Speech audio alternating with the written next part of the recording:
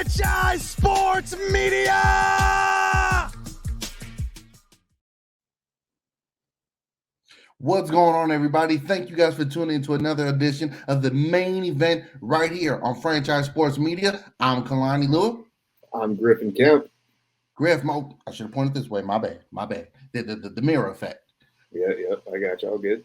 Griff, well. The reason I'm a little tongue-tied and I'm a little backwards is because, Griff, I'm still getting over what we saw this past weekend. Holy shamoles. We saw Ryan Garcia go out there with all his craziness, all the wild antics. He put a beat down on Devin Haney. Nasty beat down. Now, for context, Ryan Garcia, Devin Haney, they met 6 different times in the amateur ranks. They split all 6, 3-3, right down the middle. But back then, Griff, they had headgear on, bigger gloves. They were younger. So now as time is going on, okay, what adjustments have they made? We've seen them both as professionals do really, really well. Garcia missed the weight cut by 3.5 pounds. They were supposed to fight at 140. He came in at 143, chugging a beer on the scales for the weigh-ins. All crazy. The antics, and everyone just thought this dude is being crazy. What's this nonsense going on? Griff, Ryan Garcia knew something we didn't know. Take it away. Yeah. I mean, you and I personally sat with the man and we interviewed him and talked about this very fight. And from that moment on, all through social media, he was just going wild, buck wild. Everyone was calling him crazy. Yes. And then he comes into the ring and he does that to Devin Haney. That is insane. He not only beats him, he's the first man to knock him even down in the ring. It was absolutely phenomenal to watch. I think that the fact that you and I got the opportunity to talk with Ryan Garcia, kind of get, really test the temperature on him and how he felt. And it was obvious throughout the build-up to this fight that he and Devin Haney there was bad blood. I felt it. It felt legit. It didn't seem staged or, rushed or anything. It was real, genuine dislike for one another. And they showed when they walked into that ring. And Ryan Garcia, with the left hooks and the aggressiveness, and in the middle of the fight, middle rounds, just kind of regathering himself. It was all just leading up to that final judge's decision. The one judge gave it a draw. That judge probably shouldn't be doing her. Shouldn't be really involved with boxing or combat sports anymore. But overall, congratulations to Ryan Garcia. They called you crazy, and you showed them how crazy you were. Absolutely phenomenal. Sometimes you have to be crazy to do crazy things. And we've seen fighters in the past, Griff, both in boxing and in MMA, a lot of antics, a lot of nonsense, a lot of chirping. And a lot of it is showboating, bravado. 1, you want to get the fight hyped up. 2, sometimes you got to psych yourself out. 3, you trying to get in the mind of your opponent. But for this one, like you said, when we sat down with Ryan Garcia, the energy he had, listen, I understand that there are a lot of rumors of what he could be doing on the side, things like that. But I always said this to people online when we respond to comments. Hey, when you're getting ready for a big fight, the excitement, the jitters, the nerves. I mean, this dude is still 25 years old, and we're acting as if he's supposed to be a stone cold, yes, I am ready for the fight. Hey, man, he's just a few years ago, he was in high school. So this dude is excited. He's ready to go out there. And Griff, what we saw on Saturday was him knowing all along that he believed in himself. He knew that he can go out there and do this to Devin Haney. Whatever he felt, maybe it was because, hey, I fought this dude 6 times. I know what he's about. Or if he saw him as a professional and said, he still hasn't improved this. He's not that good. Look who he's fighting. These are cherry pick fights. They're really not, but I'm talking about his Ryan Garcia's mind. He might have been thinking that and thinking, with my hand speed and my power and my new training camp, I'm going to go out here and show you guys what I'm truly about. We said this before. For Ryan Garcia, love him or hate him, the fact that he's willing to take on the big fights, I'll take on Tank Davis, I'll take on Devin Haney. You got to respect that. You got to respect the fact that he's not trying to duck these guys. He's not trying to prolong it out 4, 5, 6, 7 years. I'm not talking about anybody in particular. I'm just talking about the sport of boxing itself. We've seen how it's prolonged big matchups. He's going out there and saying, I'll take on these big fights. So much respect and kudos to him, Haney as well, for stepping in there. Griff, I wanted to ask you this. Before, because you talked about the fight, so we're going to get into that. But before the first bell, okay, anything at all you saw, whether it was the violinist playing classical music in Ryan Garcia's locker room, or Mike Tyson going to go see both of these fighters, anything at all where maybe it changed your mind, like, you know what, I got this gut feeling, maybe it goes the other way. Because I got to be honest, I didn't. I was Haney until I saw round one. What about you? Well, round one, yeah, it was exciting, but obviously Haney recovered and more action came throughout the fight. I was going Haney as well. I kind of was looking at it like it didn't seem like Ryan was in the right state to fight. And you and I, it seemed like everybody fell for the same trolling work. He really made all of us, like, I don't know if it's a troll job. I don't know if he actually, I've heard from different places that he might have a history with mental illness, and he's got something that goes on with him that just that's his personality. Others have said that didn't even seem like the real Ryan Garcia. It seemed like an act the entire time. And then, so my thing is that I saw this whole theory about how he was acting on social media, and it makes me wonder, like, how much did it affect not Ryan Garcia's ability to fight, but Devin Haney, maybe his mindset coming into the fight? Did he maybe not take Ryan Garcia as seriously as he should have? There's so many different things, that you could play with a fighter's mind when you really sell it. And Ryan Garcia sold it. Everybody thought he was done for. Everybody thought he was absolutely lost his freaking mind. And he just goes in, and right when the fight starts, you say to yourself, that's not a crazy person fighting. That's a fighter fighting crazy. That's a fighter fighting for that crazy ass belt. He's coming. I honestly, it was a shock. I could not have guessed Ryan Garcia was going to do that. I don't think anybody did. Griff, I love the way you worded that, because that's absolutely right. And while you were talking, it reminded me of this. If we go over to the MMA world, Donald Cowboy Cerrone. Now, Donald Cowboy Cerrone talked about how he had to deal with crippling anxiety before fights. And that's why sometimes when we would see him be on a card. He's not the main event. He's a co-event, middle of the card. He's taking on the guy, middle of the pack, on the way up, whatever the case may be. And he looked like a killer, Cowboy Cerrone. Just phenomenal. But then he gets a title shot. He gets the main event. He gets the big fight, and he's a little tighter. He's a little stiffer. He's not as loose. He's not smiling as much. It reminds me when he main evented against Jorge Masvidal in Denver, Colorado. Jorge finished him. Then he goes on another winning streak. Then he gets a title shot against Rafael dos Anjos. Came in there, dries, I don't know what. Conor McGregor wasn't the same. There's fighters who I believe, because like you pointed out with Ryan Garcia, maybe he does have mental health issues, and part of it is it forces him to act a certain way, and he feels like if I just go into that gives me the confidence that I need. Because look, when you are making that walk to the ring or to the octagon or to the cage in another organization, whatever, that's mano a mano. And Griff, that's one of the rare things we know as a society. When I was in the military and we would do combatives, at the end of your first stage, you had to go through this process where you had to take on 3 instructors. They were wearing boxing gloves. All you had was a mouthpiece. You had to put on 3 grappling holds that they taught us in there without throwing a punch and without taking them down. But the instructors were allowed to punch you in the face. Now, the first one, he'll just tap you. Bam, bam, get you ready. Second one, okay, I'm gonna move around, pop out. That third one, you're gonna have to grab me, boy, because I'm coming to knock you out. And the reason for that was I believe the statistic might be different now, but they said it was less than 7% of people have ever been punched in the face, like as adults, right? I mean, think about it. When was the last time either one of us got into an actual altercation? So you figure the nerves and the anxiety that goes into that, taking on another trained killer, another fierce competitor, and you guys are going to go mano a mano for hopefully 12 rounds.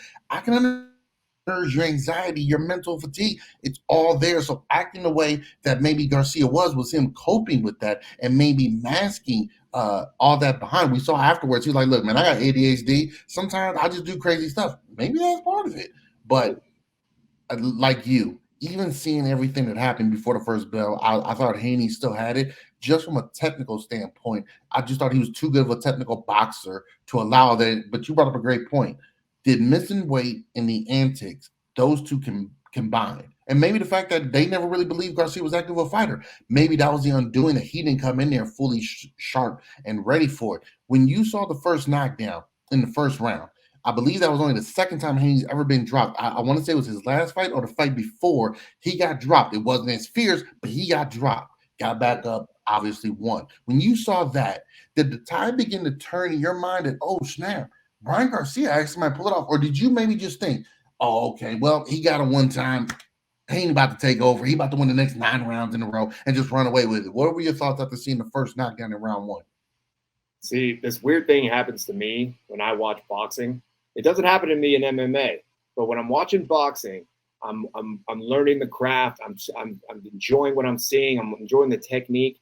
But every time I feel like I have a fighter in mind who he's the underdog, but then he starts looking good. I mean, we saw the same thing when Tyson Fury fought Francis Ngannou. Francis Ngannou, he was just out here, and he was just, you could tell from like the first couple rounds where like you think they're gonna win. You think, oh, this is it. Oh, Francis Ngannou is about to knock out, not even knock out, even just get the decision win over Tyson Fury. Doesn't happen. I thought the same thing with Lomo when he fought Devin Haney. I thought Lomo did his thing. I thought he had enough damage. It looked like he was hitting him more. He looked more violent with his punches. But in the end, the decision went to Devin Haney. So when I saw that first knockdown in the first round, I didn't think much of it. I was excited. I was like, oh, whoa, that he got him a little bit there. That might lead on to something. But then obviously Haney took over those next few rounds. Haney was kind of piecing him up a little bit. He was hitting the body. He was keeping him at a distance. He was getting him up against the ropes.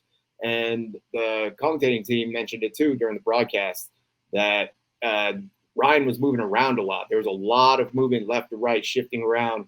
And they even hinted that it could possibly affect his energy down the road in the later rounds, which we learned it didn't. But no, so I just think, when I was watching that, I really had to see more. But it was obviously that seventh round.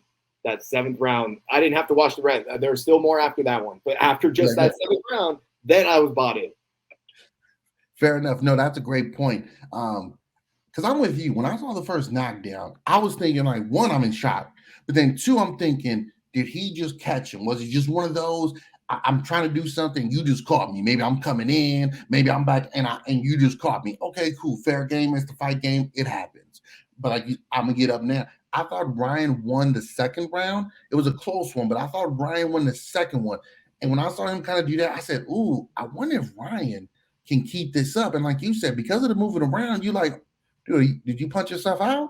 Or is your gas tank starting to go? Now, it's interesting, the different ideas for a fight strategy, because then you could look at it and say, was that Ryan trying to save his energy? Was he just trying to frustrate Haney? Or was he literally trying to say, okay, let me get a couple deep breaths, let me get my mind right? Because what you notice is whenever Ryan stopped and said, I'm coming forward, that's where his success was. When he decided to push forward and push Haney back, that's when he was tagging him. And like you said, in the seventh round, I was excited, but I was pissed because theoretically, Garcia's got 3 knockdowns in the fight. Griff, it should have been 5. It should have been 5 knockdowns. It should have been 5, yes. Now, granted, like me and you, if this was the UFC or an MMA bout, hey, fair game. Go for the double leg. Get him up against the cage. This ain't MMA. And the fact that the referee was not stopping him, he took a point away from Garcia. He should have took one away from Haney long ago. Mm-hmm. But I digress. But it was frustrating to see. But you got to give Haney some credit. He, despite being knocked down and tagged the way that he was, he didn't back down. He really kept trying to push forward. Still trying to bring the action. The hand speed of Garcia, the power in the left hand, and like you said, maybe paired with not going in there with a fight killer mentality because you lacked a little intensity going into it with what we said earlier, with just all the things compared. You didn't take it as seriously. But man, oh man, I'll tell you what, with that type of performance, I don't know if we're going to see an immediate rematch because Garcia, I mean, he throttled him outside of the draw on the judges card, which is insane. I think he throttled him to where I don't think Haney gets him right back. Maybe in a fight or two. To me, I think Haney really got to go back to the chalkboard and start all over. What do you think? No, I think they have to. They have to run it back. Everything just right away. You said what? Right away. Like that should be the next time. That's like both guys. They don't fight anybody else but each other. Okay. You have Ryan Garcia miss weight by 3 pounds. Like just that alone, had Devin Haney won the fight, I think he would have had every reason to not have to fight Ryan Garcia. He wouldn't have to rematch him. But the fact that Ryan missed weight, Ryan upset Devin Haney, and it was a as entertaining of a boxing fight that we've seen in quite a while. I think it makes no sense but for those two to fight. The money's there, there's all the reasons for both of them to do it. I think it's just a matter of when. You know what? I can't argue that. I just felt that maybe like how we see in the UFC sometimes, where if you go in there and you dominate the champion don't necessarily get the immediate rematch. Maybe if he wins one more bout, he comes back at it. But that's actually a good point since Garcia didn't make weight, and they bring it back. I will say, go ahead, Griff. I was just gonna say, no, yeah. If this was combat, if this was MMA, whole different story. Whole different story. I don't think they even allow them. I mean, in the UFC, do they allow them to fight when they're that much above weight? Again, it's always up to the opponent. If it was the UFC, I don't know what they did in boxing, but I do know that they would have gave 20% of Garcia's purse to Haney. Now I know they made a bet, $500K a pound, 3 pounds. Hey, that's 1.5. So I don't know, is Garcia going to pay that 1.5 and give Apparently it to Haney? Yeah, so we'll see how it goes as far as that. But Griff, you're learning boxing more and more. You know, like some of the bigger names or some of the big fights. But as far as like, oh yeah, when Garcia was 7-0, I get that. But this matchup, and I thought about this afterwards, and I hate that I didn't say it on the preview for it. But this matchup reminded me of Sugar Shane Mosley versus Vernon Forrest, the late great Vernon Forrest, R.I.P. Big Dog. And the reason I say that is because as great as Shane Mosley was, his biggest adversary was Forrest. They fought in the amateurs, and it's widely known Forrest gave him the toughest task, got the better of him. Shane won a couple, but Vernon usually got the better of him. And when Shane Mosley defeated De La Hoya in back-to-back, he's on an all-time high. He's on the throne. He's the man. He's the next one to take over boxing. Then he takes on Vernon Forrest out of Atlanta, Georgia on ESPN. Some little high school punk kid named Kalani decided, hey, I want to watch Sugar Shane Mosley fight on free TV. Oh, this guy. Wait, Vernon Forrest is taller, bigger reach, stronger, and they fought in the amateurs, and he gave him trouble there. Griff, guess what happened in the second round? Shane Mosley got dropped. Guess what happened in the fourth round? Shane Mosley got dropped. Guess what happened? I want to say it was the 7th or 8th round. So it was one of those where it was like, when I'm watching this, at the end, I'm like, dude, this is just like watching that fight again all these years later. The amateur who came up, in a sense, almost like Antonio Tarver versus Roy Jones. The amateur rivalry that turned pro. Now we're going to see who the baddest is. But I like what you said, an immediate rematch to actually see. Was not making weight that big of an advantage for Garcia? Haney now with his first professional career loss against a rival. Will he come in more focused? Would he be able to make the adjustments needed? If you were in the camp of Devin Haney and you had to give some advice for what you know and from what you saw from the first one for the rematch, what would you tell him? I'd tell him to watch a little film. Saw a nice little cut-up highlight on social media the other day. Somebody compared the hooks that Ryan was throwing at Haney to the same hooks he was throwing at Tank. And those hooks, with him throwing too many, Tank was able to just slip in that undercut right there to the body. Like, just that simply there could help out a lot. I also think, I think, honestly, just the fact that if the rematch were to happen, a benefit for Haney would be that he knows, okay, Ryan Garcia is not insane. Ryan Garcia is still a professional boxer, and I need to train and be ready for it. I need to have the hairs on the back of my neck stand up a little bit because I'm going in there. It's going to be a war, and it's not going to be a surprise to him. I don't know how surprised Haney was when he got into the ring, and like you said, when he got that shot in the first round. I don't know. Maybe that mentally affected Haney in a way to where he was just off his game for the rest of the rounds. But I feel like that itself is a little bit of a factor. It could be a benefit for him to have a rematch just so he's really prepared. And I would also just say, understand that Ryan Garcia is going to come at you with that anger. He's got those little anger bursts where he comes at you, and that's when the left hook starts landing, and that's when you're in trouble. So going forward, calm, collected, prepared. That's all it is. If I could talk to Ryan Garcia for the rematch, obviously make weight, big dog. But I would also say you got to work on your strength and conditioning so that you can prepare for the onslaught that Devin Haney is going to try to bring. But as good as he was defensively, I see that you want to do the shoulder roll technique like Floyd Mayweather. Perfect it. You got to get better at it, okay? Here's what I thought he was going to do, okay, Griff? I thought at one point Garcia is so crazy. He might be thinking, if I cover up in this turtle and I turn, I thought he was going to wait and just come around with a vicious right. Like how Izzy did to Piera? Say that again? Like Izzy did Piera back against the cage, kind of turned and then just a big wallop, boom. Yes. I was ready for it too. I thought he was going to do it. I was like, you know what? He's so crazy. He might be trying to set him up. Yeah, that's right. Get comfortable. Yeah. So that's what I thought. But I would also tell Garcia, you have to start using your jab a bit more, because those middle rounds where Haney kind of took control of the fight is because Garcia felt like he was only looking for the big punch. He was only looking for the big left hook, and he wasn't setting up. He wasn't setting it up at all. Granted, he was able to land it later on. So what do we know? But I feel like if he uses that jab a little bit more, throw some combinations in, it'll open up it a little bit early and more often, where he doesn't have to wait till the 7th, 9th, 10th round to try to go for it at all.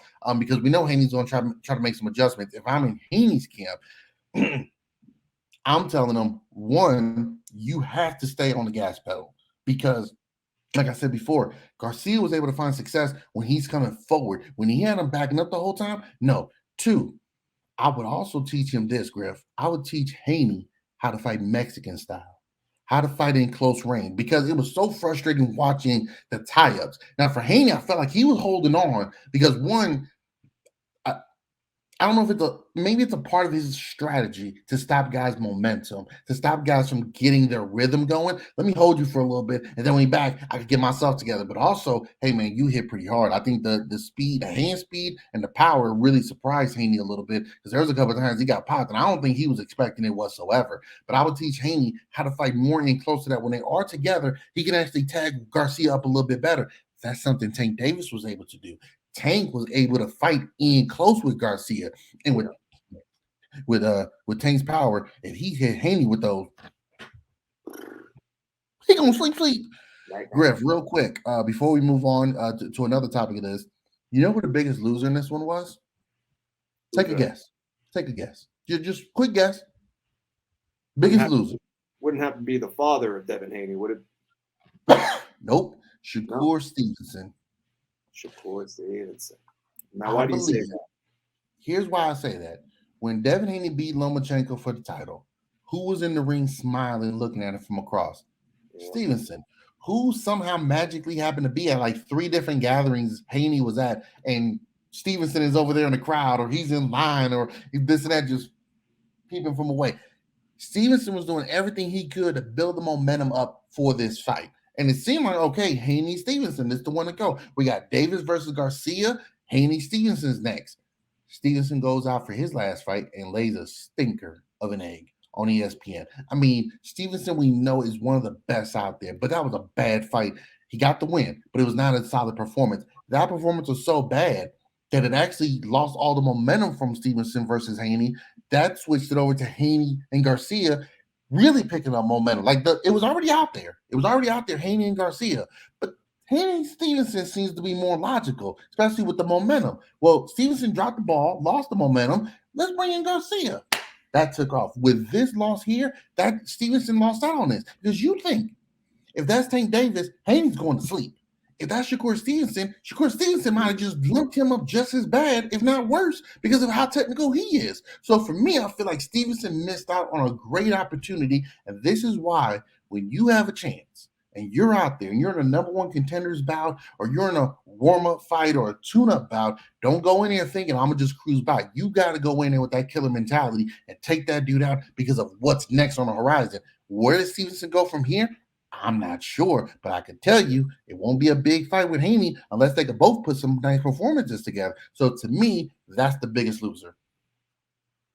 I like that. I'm going to stick with my answer. Bill Haney, yikes. That's an L. I can respect you can respect the boxer who stepped in there, gave it his all, and lost the bout. But the father who was talking the mess behind the scenes, that's unforgivable if you take an L after all that talk. And I understand that Haney might have had some issues but the fact that he didn't show up to the press conference afterwards, that's also not a good look. It's one of those where, and I will give flowers, Dominic Cruz, your boy Conor McGregor, a couple other fighters, win, lose, or draw, they face the music. Unless it's like an injury where I have to go, like with the broken leg with Conor. Yeah. That's understandable. But if I just lose, yeah, I got to face the music now because I damn sure ain't gonna be out here if I won. I got to be out here when I lose as well. Griff, in many eyes, this was an upset. At one point, live betting had Garcia still after a knockdown plus 550. Plus 550. At one point, it was 9-1 against Garcia. So this begs the question: what are some upsets that you would rank up there with this particular one? The big one is Tyson and Douglas. So let's take that out. Let's take that one out. That's the big one we all put up there. But you can go boxing or MMA. In your mind, you don't got to give every single one, but what are one or two upsets that you could think of that you will put up there with Garcia upsetting Haney? I mean, just straight off the bat, greatest absolute combat sports comeback I've ever seen. Greatest combat sports upset. It has to be Leon Edwards versus Kamaru Usman too. Has to be. That was absolute. You and I watched that together, and you and I were in a public restaurant, and the entire place had a heart attack. It was insane. Last second, we were all getting super excited about what we saw in the BMF belt with the final second knockout. But in that fight, Holloway's already up. If you look at that fight with Leon Edwards and Kamaru Usman, Leon Edwards was going to lose if the judges had a say in how that fight ended. They were going to have a say, and if it wasn't for that last second head kick, and the fact that it hit it like a buzzer beater is beautiful. So I would say that one. I mean, you can't go wrong also with a Conor McGregor, 13 seconds knocking out Jose Aldo. Who can forget? You can't find a soul alive who was thinking Conor was going to win that fight. Not one fighter in the MMA was going for Conor. Well, I wonder if at that time, and again, I think at that time, a lot of people didn't like all the trash talk and all the Mystic Man predictions, but that was definitely up there. I would say for me, excuse me, I would say for me in the world of MMA, I would go with Amanda Nunes taking out Chris Cyborg. Now, I would say on paper, maybe it was a little bit closer, but just the way she did it, a first round demolish of Cyborg. Griff, you couldn't have paid me any amount of money in the world to convince me that was going to happen. If you told me the day before, Amanda Nunes is going to beat, I like Amanda Nunes. I like Chris Cyborg too. But I like Amanda Nunes as well. You could have told me, I wouldn't have believed you worth a damn if you would have told me that Amanda Nunes is going to knock her out in the first round. A knockout show, but a domination like that? No, not so ever. There's Matt Serra upsetting GSP. I mean, good Lord, man. That was one of the more beautiful ones. I would even say I remember taking out Izzy Adesanya the first time. It was just one of those where you just say, this guy's only in his third UFC fight, fighting the champion who's been in there with everybody, doesn't talk, walk the walk, and he got knocked the hell out. So it's some great ones. It's a lot out there. So that's why I just say if you just think of one or two to put out there, because we could do a whole show just talking about upsets. But that was a great one in itself. Shout out to Ryan Garcia. He was on the main event. Who knows? Maybe we can get him back for round 2 to get his thoughts after the fight. That'll be awesome. Let's get the champ back on here, boy. Speaking of awesome, Griff, in back-to-back weeks, we have been treated to UFC 300 and Haney Garcia both lived up to the hype. In UFC 300, we had a tremendous fight, 155 for the bad motherfucker title. Max Holloway did what he did against Justin Gaethje. Ryan Garcia did what he did against Devin Haney. In your eyes, they both were upsets. Which performance was more impressive? Which performance was more impressive? I would say, I'm gonna phrase it like this. My heart, I loved Max Holloway's performance and victory. I loved it more. I felt, just because of being a fan of MMA, knowing who Max Holloway is, following him forever, always wanting to catch every single one of his fights. And same thing with Justin Gaethje. But I think I gotta give it to Ryan Garcia. I think Ryan Garcia's performance was really impressive, especially when you factor in that no one gave the kid a chance. Nobody thought he was going to stand a chance against 32-0 Devin Haney. Or was he 31-0? 31. 31. Could have been 32. 31-1 now. But he was undefeated. He was, and then this whole thing with the social media and the possible mental illness and just all the crazy clips coming out. Just because of the fact that all that happened and he won, he's going to have to come on the show and like make me believe that it wasn't a troll job, that he wasn't just faking everybody out, Devin Haney included. But yeah, no, I think got to give to Ryan Garcia. He came in there a plus 550 underdog. Usually doesn't win the fight. Definitely doesn't beat the living hell out of his opponent either.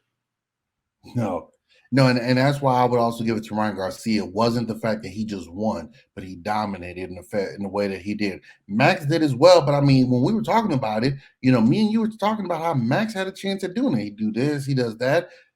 In all my heart and fandom, man, I really didn't see an avenue for Garcia to win unless he just happened to land a lucky punch, like Tarver against Jones the second time, which I still say he was a lucky ass knockout, but I digress.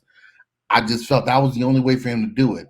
But to say he would have knocked Haney down 3 times, should have been 5, he would have dominated how he did, I would have never guessed that. So I definitely got to go with Ryan Garcia as well. The finish for Holloway, getting the stamp of approval with that knockout, that's one of the all-time greats right there. That's going to be on UFC highlights and the intro for years to come. But I do feel no one picking Ryan Garcia. Fighters during 300, they were saying on commentary, when they talked to fighters that week, fighters were picking Max Holloway. So there were people who believed in it. I don't think anybody outside of Garcia's camp believed that he could have did it. I don't even know if Oscar De La Hoya and Bernard Hopkins felt he could really do it, which is understandable considering how good Haney was. You said 31-0, 15 knockouts. So for that and how he did it, I got to go with Ryan Garcia as well. Shout out to the champ. Look forward to having him back on the main event right here for round 2.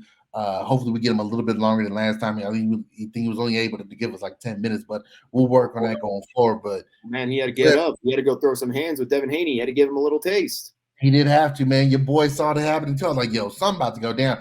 I was trying to grab you, but I think you were talking to somebody else to try to get another interview. And I was like, all right, I gotta go. You set that up, I'll set this up. But it was great. It was great fun. And again, it's one of those where you say, because people always try to compare these fights outside of the ring or the cage as, oh, it's a setup, they're just trying to do this. Yeah, okay, there is some of that, sure. But there's also that competitive nature of, hey, man, I think I can beat you. Griff, you play football at a high level. You may not necessarily have something personal against that guy, but if you see him the week of the game or the day before the game, y'all might get into a little shoving match out there because your animosity is, I need to kick your ass. You think you're going to beat me? So there's that as well. So shout out to Ryan Garcia. Hey, big ups to Devin Haney, man. True champion, true warrior. He'll come back bigger, stronger, and better because of this loss. Sometimes you got to take a step back in order to go forward. That's going to do it here on the main event. Me, Kalani Lua. Griffin Kemp.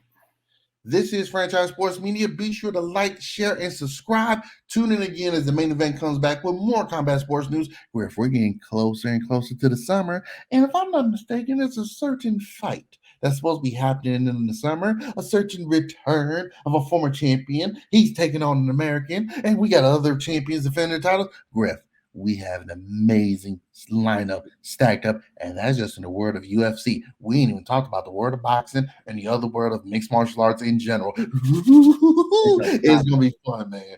It's a packed summer. We'll get into it a little on the next show. But hey, maybe next time we get it together, Ryan might be fighting a certain champion in UFC. Who knows? We'll cover it a little bit later, though. He just might. He just might. And maybe that sugar, maybe that champion's going to add a little sugar to the event. You guys stay tuned. We'll talk about that next week right here on the main event. But be sure to like, share, and subscribe. Tune in next time to the main event. Kalani Lua, Griffin Kemp. Thank you guys for tuning in. Till next time, fight fans. Peace.